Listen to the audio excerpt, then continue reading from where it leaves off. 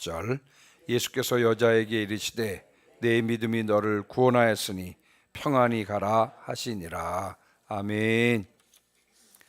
자, 오늘은 누가복음 7장 36절부터 50절까지 말씀을 읽었습니다.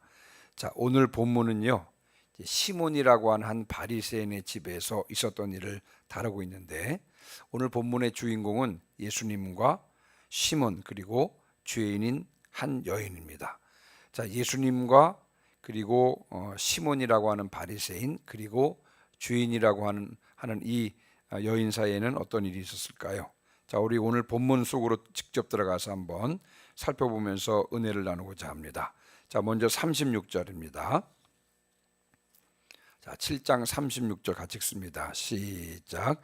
한 바리새인이 예수께 자기와 함께 잡수시기를 청하니 이에 바리새인의 집에 들어가 앉으셨을 때. 아멘. 한 바리새인이요, 40절에는 그 사람의 이름을 밝히고 있는데요, 시몬이라고 하는 한 바리새인이 예수님을 자신의 집으로 식사 초대를 했습니다. 자, 근데 여러분 이 36절을 읽으시면서 좀 이상하다는 생각이 들지 않았습니까? 왜냐하면 복음서에서 바리새인 하면 대부분 경우는 예수님에 대해서 적대적이었습니다.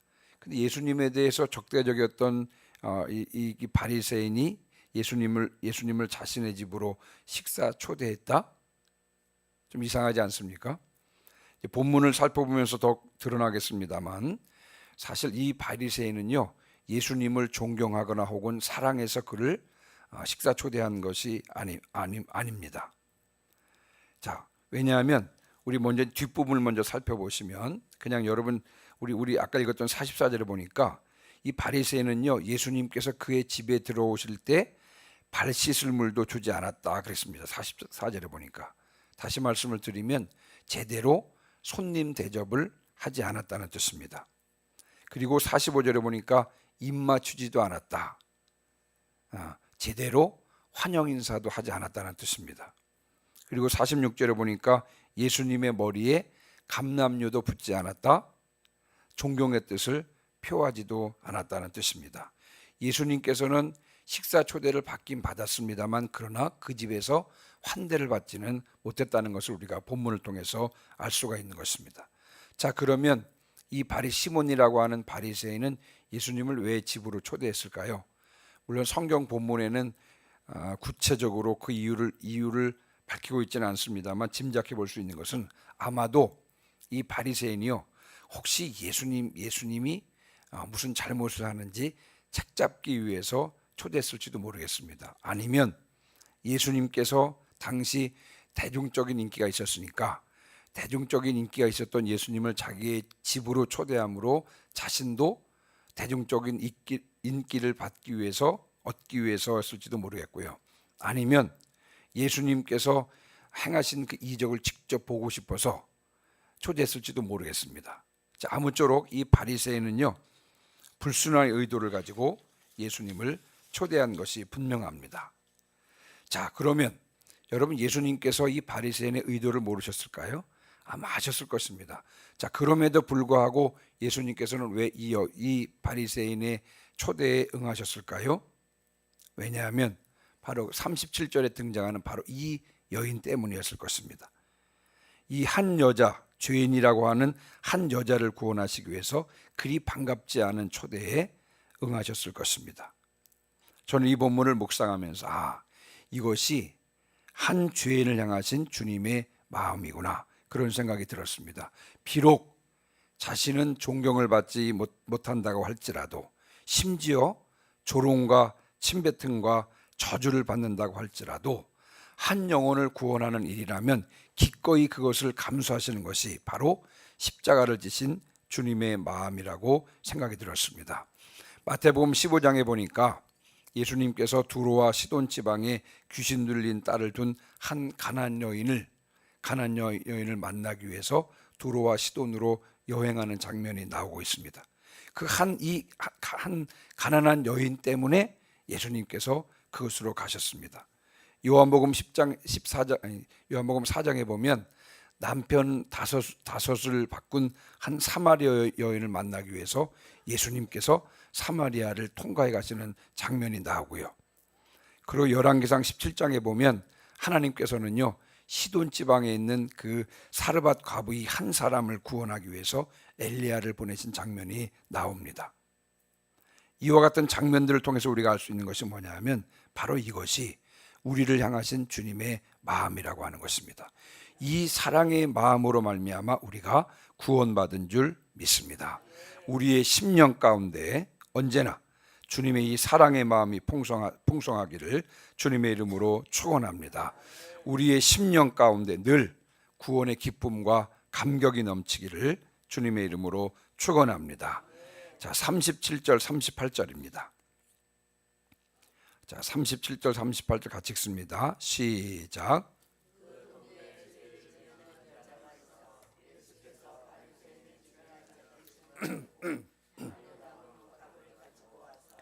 예수의 뒤로 그 발 곁에 서서 울며 눈물로 그 발을 적시고 자기 머리털로 닦고 그 발에 입 맞추고 향유를 부으니. 아멘.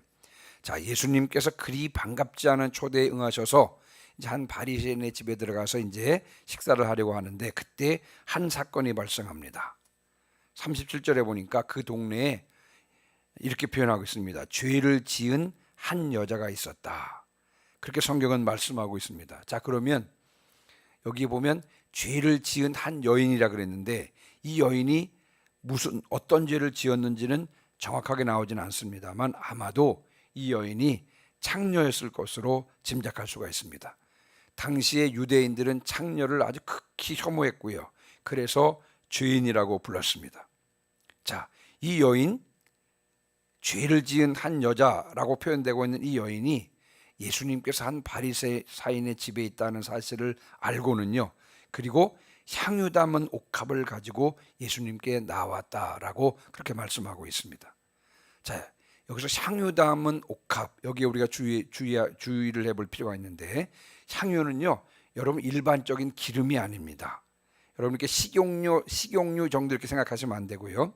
당시 부유한 여인들이나 사용할 수 있었던 구하기가 매우 어렵고 그리고 귀한 것으로 매우 가치가 있는 것이 바로 이 향유였습니다. 제가 한번 예를 들어보면 마가복음 14장과 요한복음 12장에 보면 나드 한 옥합이 있습니다. 마리아가 예수님께 드렸던 나드 한 옥합이 있는데 이 나드도 향유인데요. 나드라고 하는 향유는요, 히말라야 산맥의 한 식물의 뿌리에서 채취한 향유입니다.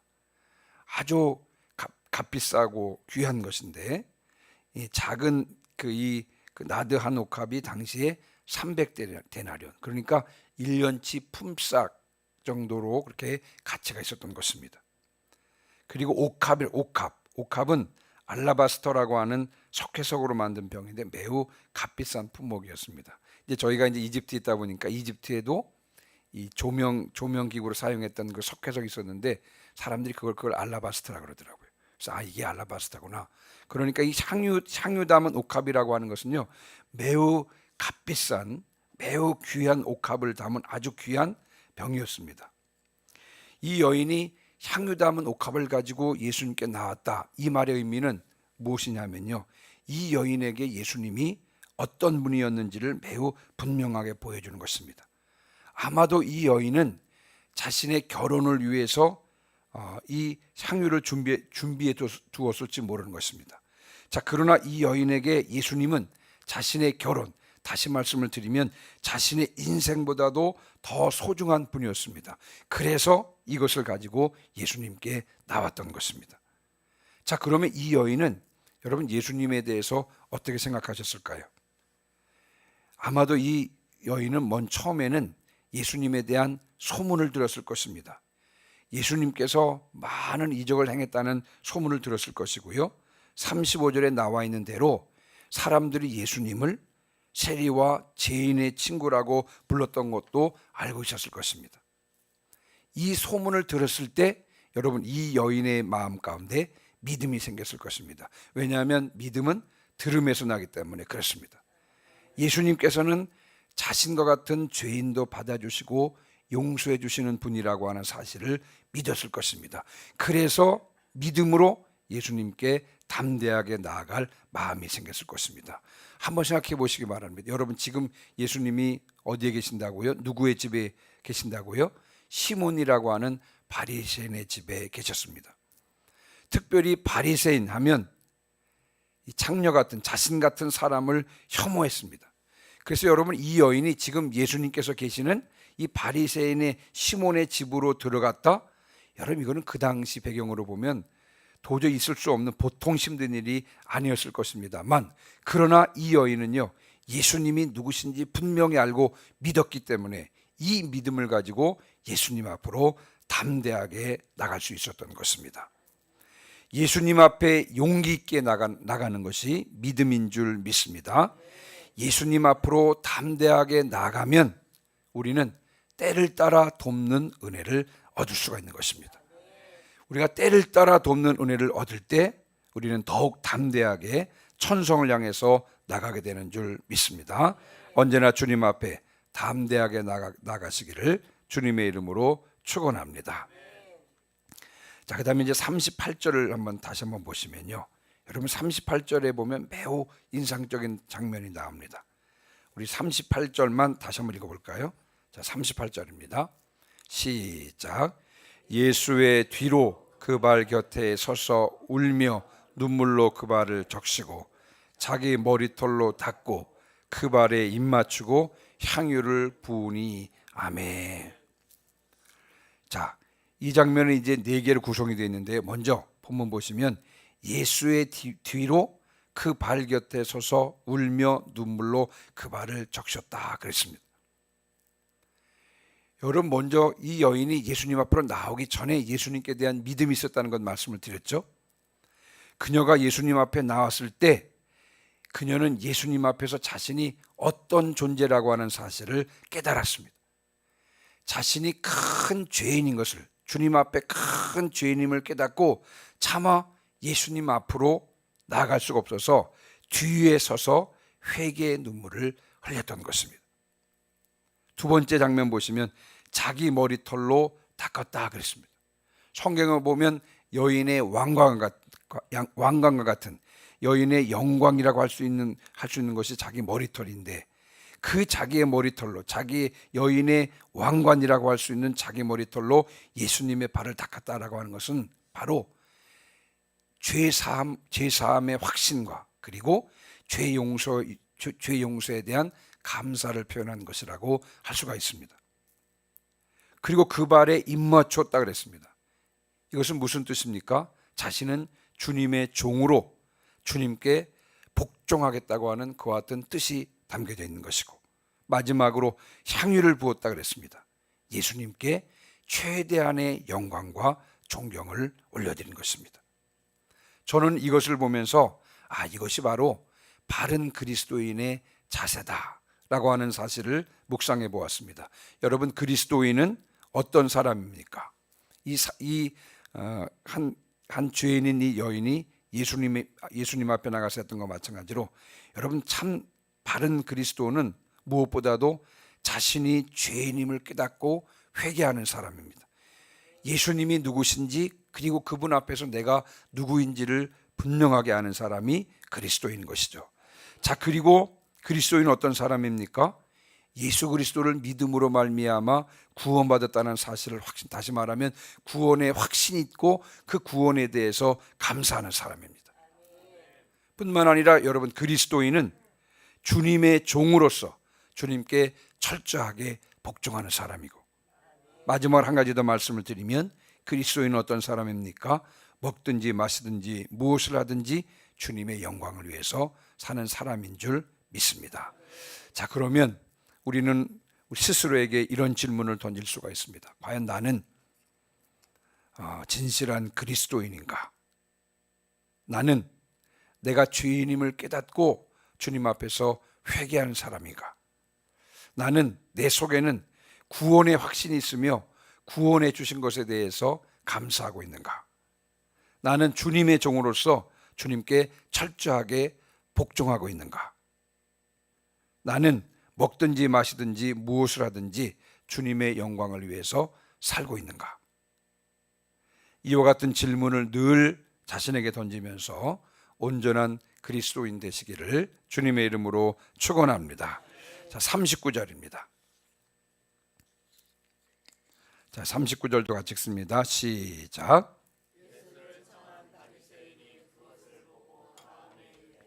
이 사람이 만일 선지자라면 자기를 만지는 이 여자가 누구며 어떠한 자 곧 죄인인 줄을 알았으리라 하거늘. 아멘. 어쩌면 이 시몬이라고 하는 바리새인은요, 마음 한구석에 이게 아마 예수님이 정말 선지자인가? 라고 하는 사실을 확인하고 싶은 마음이 있었을지 모르겠습니다. 자, 그런데 죄를 지은 한 여자가 예수께 나왔고 예수님이 그 여인이 자신의 몸에 손을 대는 것을 허용하는 이 사실을, 이런 모습을 보면서 예수님이 선지자가 아니구나. 만약에 선지자였다면 지금 자신에게 몸을 대는 여자가 누구인지 알았을 텐데, 이렇게 생각을 하게 되었습니다. 자, 그러면서 이제 47절부터 40절부터 47절까지 보면, 자, 이 사실을 한 예수님께서 이제 두 빚진 자의 비유를 말씀하고 계십니다. 자, 시간 관계상 제가 이 비유의 내용을 한번 요약해 드리면, 자, 돈을 빌려준 자와 돈을 빌린 자가 있었습니다. 한 사람은 500데나리온을 빚졌고요. 또 다른 사람은 50데나리온을 빚졌습니다. 근데 이 두 사람 다 이 빚을 갚을 능력이 없었습니다. 그래서 돈을 빌려준 사람이 이 두 사람 모두 빚을 탕감해 주었습니다. 자, 그렇다면 누가 더 이 채권자를 사랑했을까요? 여러분, 정답은 너무 뻔한 것이죠. 더 많이 탕감받은 사람이 더 많이 사랑한다는 것입니다. 여러분, 47절 보세요. 47절. 자, 47절 같이 읽습니다. 시작. 이러므로 내가 네게 말하노니 그의 많은 죄가 사하여 졌도다. 이는 그의 사랑함이 많음이라. 사함을 받은 일이 적은 자는 적게 사랑하느니라. 아멘. 사함을 받은 일이 적은 자는 적게 사랑하느니라. 반대로 사함을 많이 받은 자는 많이 사랑한다는 것입니다. 이 여인은 많은 죄를 사함받았습니다. 그래서 예수님을 더 많이 사랑한 것입니다. 그녀는 믿음으로 주님께 나왔고요, 그 주님 앞에서 자신이 얼마나 큰 죄인인지를 깨달았고 그 죄가 용서받았다는 사실을 깨달았습니다. 그녀는 많이 용서를 받은 것입니다. 그래서 예수님의 뒤에 서서 울면서 눈물로 예수님의 발을 적셨고요, 자기 머리털로 예수님의 발을 닦았고 예수님의 발에 입 맞추었고 그 발에 그 값비싼 향유를 부었던 것입니다. 그녀의 이와 같은 행위는 그녀의 많은 죄가 사함받았다라고 하는 증거인 것입니다. 죄를 많이 사함받았기 때문에 예수님을 많이 사랑한 것입니다. 자, 반대로 여러분, 예수님을 초대한 시몬을 한번 생각해 보시기 바랍니다. 그는 자신이 죄인이라고 생각하지 않았습니다. 그러므로 예수님께 죄 용서받을 필요에 대해서 생각하지도 않았습니다. 그러다 보니까 예수님을 극진히 대접하지도 않았습니다. 예수님께서 자기의 집에 들어오셨을 때 발 씻을 물도 주지 않았고요, 예수님께 입 맞추지도 않았고 예수님의 머리에 감람유도 붓지 않았던 것입니다. 이는 그가 사함받은 것이 적기 때문에 적게 사랑한 것입니다. 이 여인은 이미 죄사함을 받았습니다. 그런데 예수님께서 48절에 보니까 내 죄사함을 받았느니라 라고 말씀하십니다. 왜냐하면요, 이 예수님께서는 많은 사람들 앞에서 다시 한번 이 여인의 죄사함에 대해서 선언하신 것입니다. 이 여인은 어떻게 죄사함을 받았습니까? 50절입니다. 50절. 자, 50절 같이 읽습니다. 시작. 예수께서 여자에게 이르시되 내 믿음이 너를 구원하였으니 평안히 가라 하시니라. 아멘. 믿음으로 예수님께 나왔을 때 이미 죄사함을 받은 것입니다. 그래서 죄사함을 받았기 때문에 그녀는 그 죄 용서의 기쁨과 감사를 예수님 앞에서 오늘 본문에서 우리가 보는 것처럼 그렇게 표현했던 것입니다. 오늘 이제 말씀을 마무리하고 마칩니다. 많이 사함을 받은 자는 많이 사랑한다고 했습니다. 여러분, 우리는 주님께 얼마나 큰 사랑의 빛을 지었습니까?